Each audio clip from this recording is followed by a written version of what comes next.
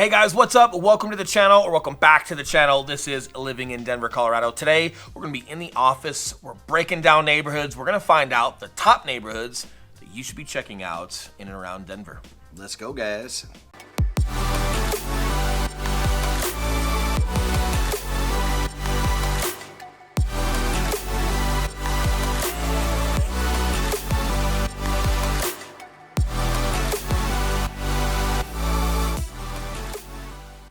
What's up, guys? We are the Mile High Property Brothers. I am Eli Schmidt. This is my partner, Will Grimes. And if it's your first time coming to the channel, make sure you hit that subscribe button along with that notification bell, because I'm guessing you want to know what it's like to move to or live in the Denver area. And that's exactly what we talk about on this channel. That is correct. And we are licensed brokers in the state of Colorado, which means as much as we love making these videos, we would love more to help you with your real estate needs. So that number popping up below, we are the guys who answer the phone calls and the text messages. We're also the guys who answer those emails. But with that being said, let's get right into it. Typically, we're outside, we're having fun, and we're showing you all of Colorado. I promise you, we have a ton of B-roll. We're going to show you everything that you guys want to see in regards to this video, but we're going to sit down and have a conversation and just in detail, to the best of our ability, answer some questions you guys have and go over the top neighborhoods that you should be checking out in Denver.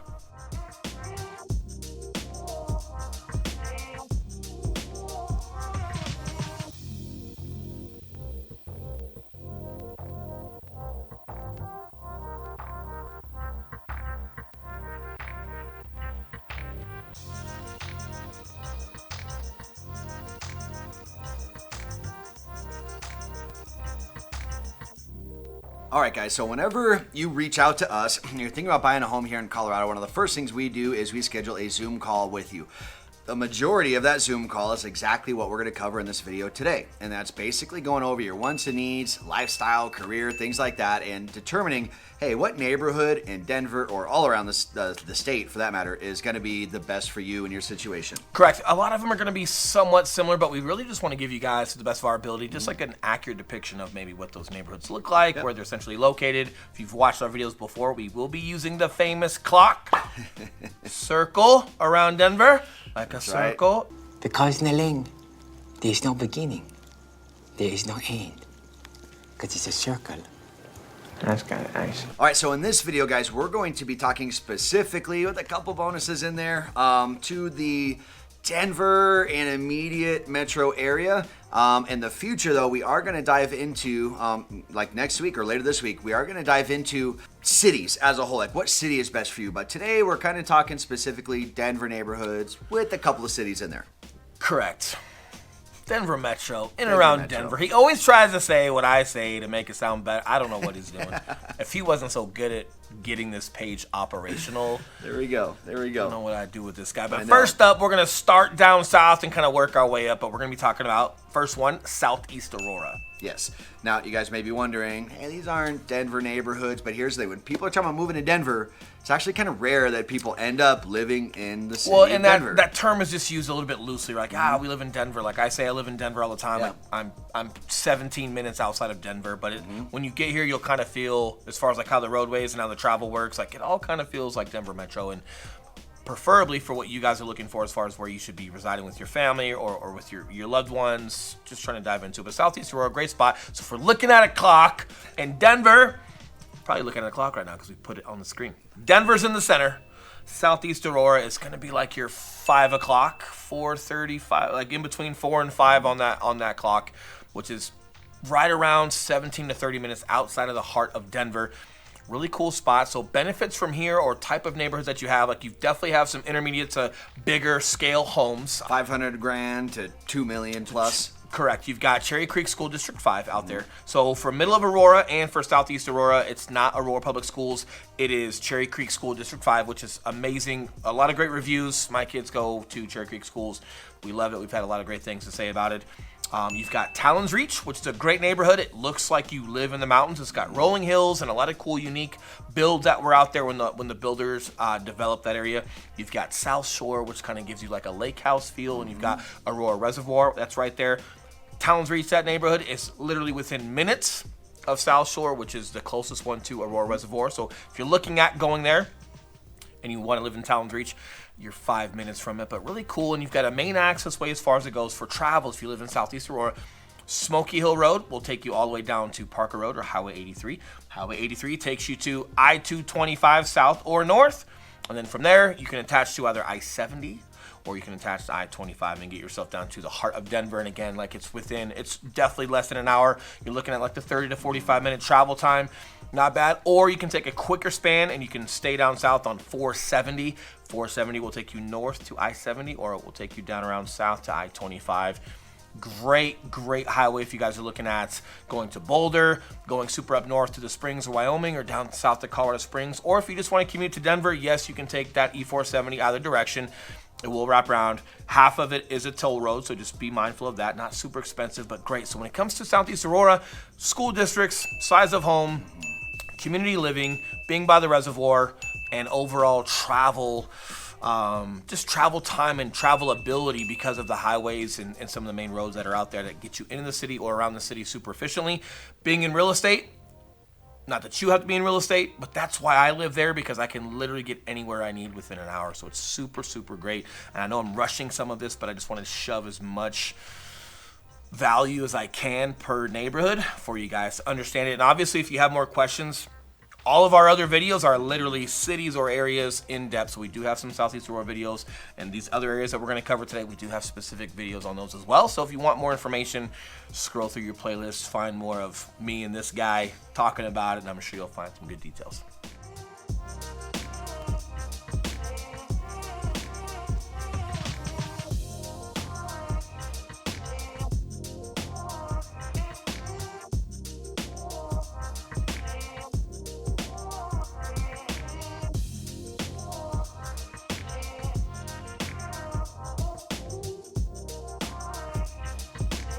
All right, next up we have the Parker Castle Rock area. Now, circle, clock.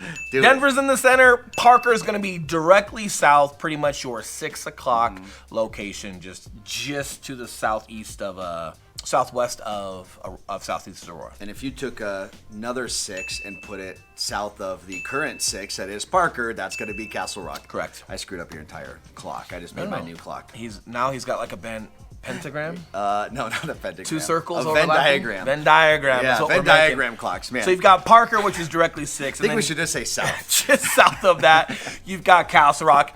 If we just got you lost, I promise you when you guys are coming here and you're looking at homes, yes, if you're looking at Parker, we tend to also show you Castle Rock because they are super similar. They are. Now, guys, I think I live in Parker, so I'm a little biased, but also Parker's not necessarily my favorite. Parker, it's very flat. To me, Parker kind of lacks some character in a sense. But it's got culture. It's got old Main Street. It's got cool, unique coffee shops. Just, in my opinion, they're kind of underdeveloped commercially. But again, I live in Parker, so obviously I do like it there. I think there's some good homes for the dollar there.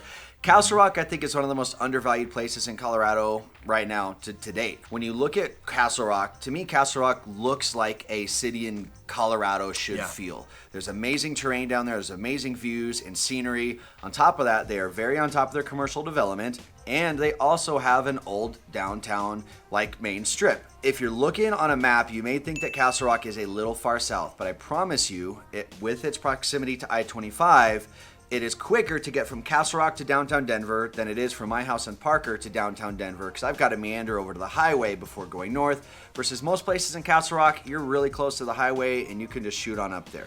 Both Douglas County, so you've got Douglas County schools down there, which are phenomenal schools, so you're taken care of there. I would say if you're interested in Parker, if you're like, well, hey, why would I live in Parker? It's a little bit more quiet, which is great.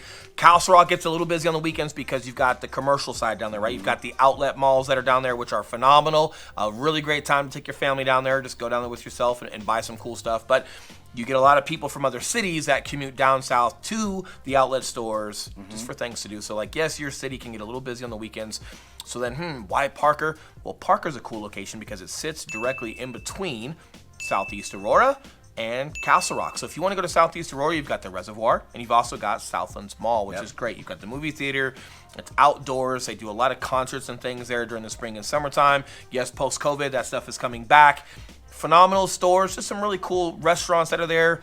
between like the mom and pop shops to commercial PF Chang's and things like that that you could find on the border. See how he's got to make everything about Southeast Aurora? It's great. Yeah, but even our Parker segment's about Southeast Aurora. But there's a lot of cool stuff in Castle Rock. So if it's like, hey, if you want to be in between both but still have great schools and have a little bit more of a quiet neighborhood and a nice little old town or like main street, Parker might not be a bad option for you guys. Home prices, entry level, you're looking at about $550, $600 in both Parker and Castle Rock. They're very similar price points.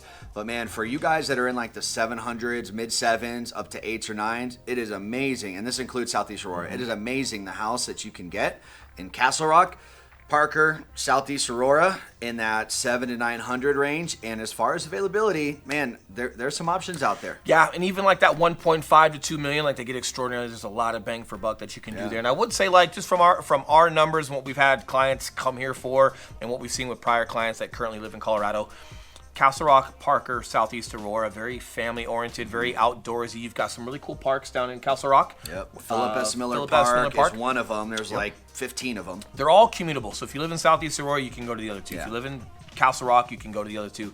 They're all super close proximity, but really cool. So if it's the family stuff you like, or being outdoors, or having trails to jog and walk with your dog inside your neighborhood, all great spots. Definitely somewhat super similar, but great options for you guys as far as what you're looking for. And if those fit your needs, as well as the super adequate commute into Denver or around Denver or to DIA, you're still less than an hour to DIA. And if you're Southeast Aurora Parker, you're 32 minutes to DIA. If you're Castle Rock, you're probably more like the 42 minute mark from Castle Rock. But either way, a lot of great attributes, a lot of similarities, which is why we want to just bust these out right in the middle of this thing. But moving forward, let's talk about some other ones.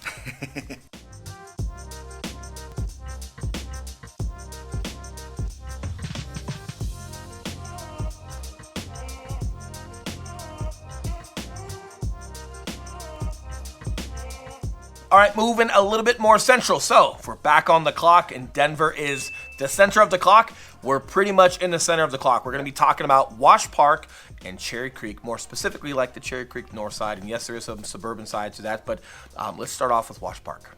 All right, guys, so Wash Park, by far, probably the most famous neighborhood in Denver. Excuse me, hold on. Didn't know my guns were out. Sleeves out.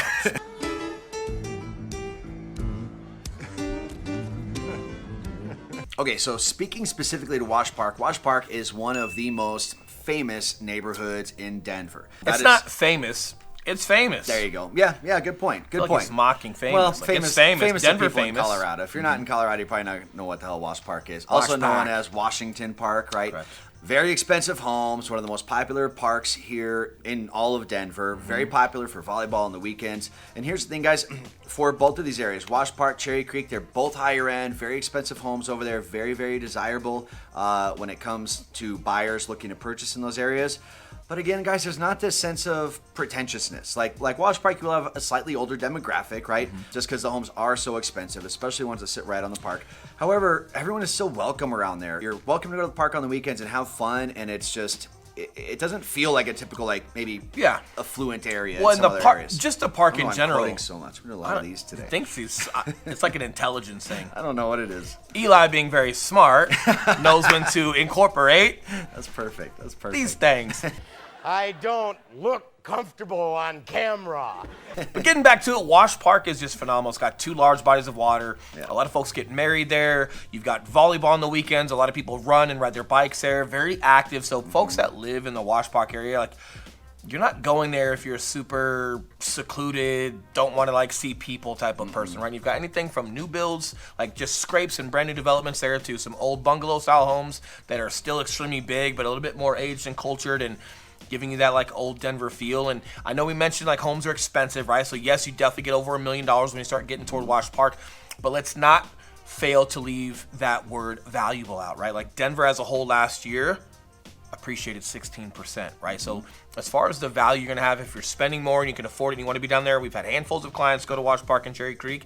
Extremely still sought after, extremely valuable. So yes, even at the higher price point where normally there's a cap there, there's still plenty of equity to be had, right? So if you're making that decision and it's a great home for yourself, it's also still a great business decision as far as what the appreciation looks like out there. So keeping that in mind, but a great spot. Yeah, real quick. Yep. Shout out to a couple clients, Glory and Ian. They just went under contract in Wash Park Ian West. and Glory. They just went under contract in Wash Park West. They actually got an awesome house at $700,000, just a little over 700. Yeah, I'm super excited for them. Very cool. Shout out to Glory. I like how I don't know about my own client. Like, I'm usually the one in the trenches doing these deals while Eli, the good-looking guy, gets on Zoom calls. He is. Either way, a lot of cool stuff. Yes, you are in Denver Public Schools down there. Denver Public Schools gets a decent grading. It's still more than adequate depending on what you're looking for as far as public schools. Elementary tends to do a little bit better than like the high school scores, but you've got a lot of private and charter schools that are out there as well. So take a dive into that, do your research, but still really cool, really good spot. Real quick, home prices, you're looking entry level. If you're close to the park, Washington Park, you're entry level $1 million plus. You're going outside a little bit, Wash Park West, $700 to get in. And they've also got some big lots. So believe it or not, even though you're by the park, the lots that the houses sit on are still significant. And you've usually got an alleyway or a garage to your property.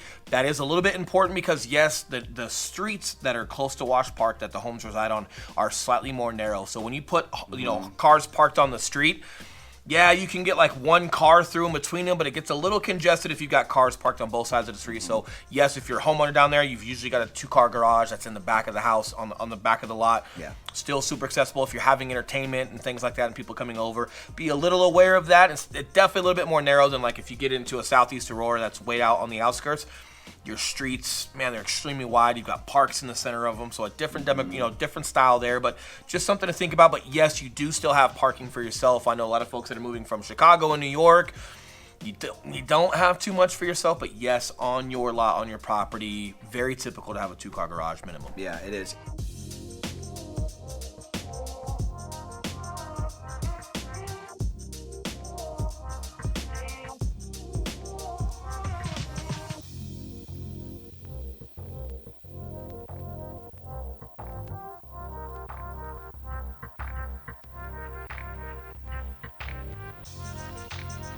Cherry Creek specifically. So Cherry Creek's where you're going to go for all your shopping. Cherry Creek. Super fancy. Still not very pretentious. Not pretentious, but fancy. We call it like the Beverly Hills. Yeah. Truck and we move to Beverly Hills, that is. Home prices getting into Cherry Creek, guys. You're looking at about 1.5 to 2 million and up for a single family home. If you're looking into a condo or townhome, you can shave that off a little bit, but it's not cheap. And it's not too far from Wash Park, so if you do like Washington Park, but maybe your style is more Cherry Creek North, the commute getting to the park and having a great time is still more than doable. And hey, why would you live in Cherry Creek instead of Wash Park if you like the park? Why would you just not live by the park? Well, Cherry Creek North has got more of your nightlife, right? So it's got super high-end restaurants. It's got super healthy like lunchtime food. You've got a ton of gyms that are down there. The nightlife is really cool. I'm repeating myself. You've got Cherry Creek mall that's right there. So as far as like your walkability and having great nightlife and great food and just great atmospherics, Cherry Creek North is phenomenal. Yep, it's going to be a little bit more high pace, a little bit more upbeat, not like a downtown, not inappropriate, not a bunch of drunk people staggering around, nothing like that, but the high end side of just having bar and grills and bars that are open later, having a lot to do where you can just walk it, right? Like there's just a ton to do versus like Wash Park, you do have like a main street, because it's not called Main Street. You do this. But it feels like a main street. And you've got a couple of restaurants, and you've got the Bonnie Bray ice cream shop that's there. But Wash Park specifically is definitely going to be a lot more slow pace when it comes to restaurants and nightlife and things like that. It's more focused on the park versus Cherry Creek North. The mall, the restaurants, the nightlife, some things like that. Definitely more of a Beverly Hills. But again, both great options. But yep, they are a little bit different as far as what you're looking for when it comes to environment.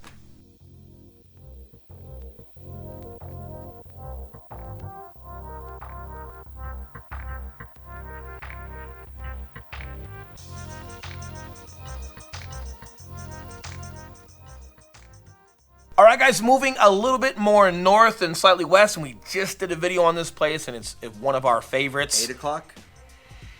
Yeah. We'll go 8 o'clock. 8:15. 8 o'clock. 9 o'clock. Oh, 9. geez. No, you're looking 10 at o'clock. 10. Yeah, 10. 8. Don't make me do the clock Listen, thing.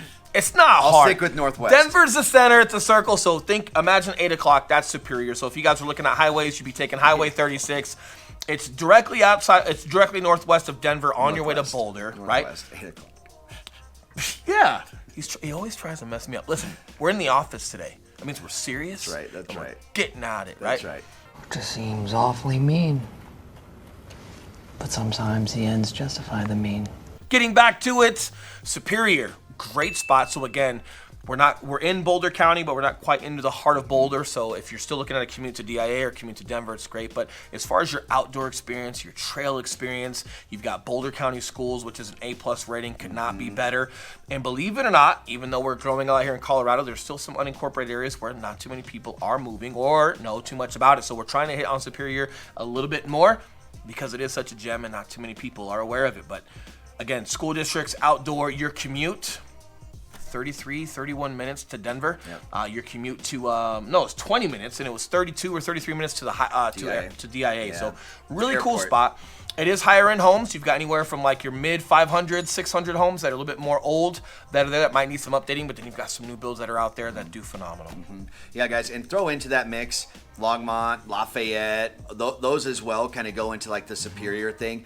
There's that stretch between Denver and Boulder where there's a few cities that are really And kind of... Longmont's a little bit further up. Yeah, Longmont's a little bit solid, further up. just over an hour. But it's Longmont's actually like way far north. I apologize. So let's take Longmont out of it. Let's throw Louisville. That's the one I was thinking of. Louisville is closer out to Superior. So that stretch between Denver and Boulder, there are some good homes out there for you guys. Again, not big on nightlife, but you're super close to Denver. You're super close to Boulder. So there are just very good things up there for you. If you're lost and when you call, he answers, just hang up, call right back. Maybe it'll ring my phone. There you go. You guys can talk to me, and I'll make sure we've got our clock theory down, and wherever you That's guys right, are looking that's at right. being, we've got you guys covered.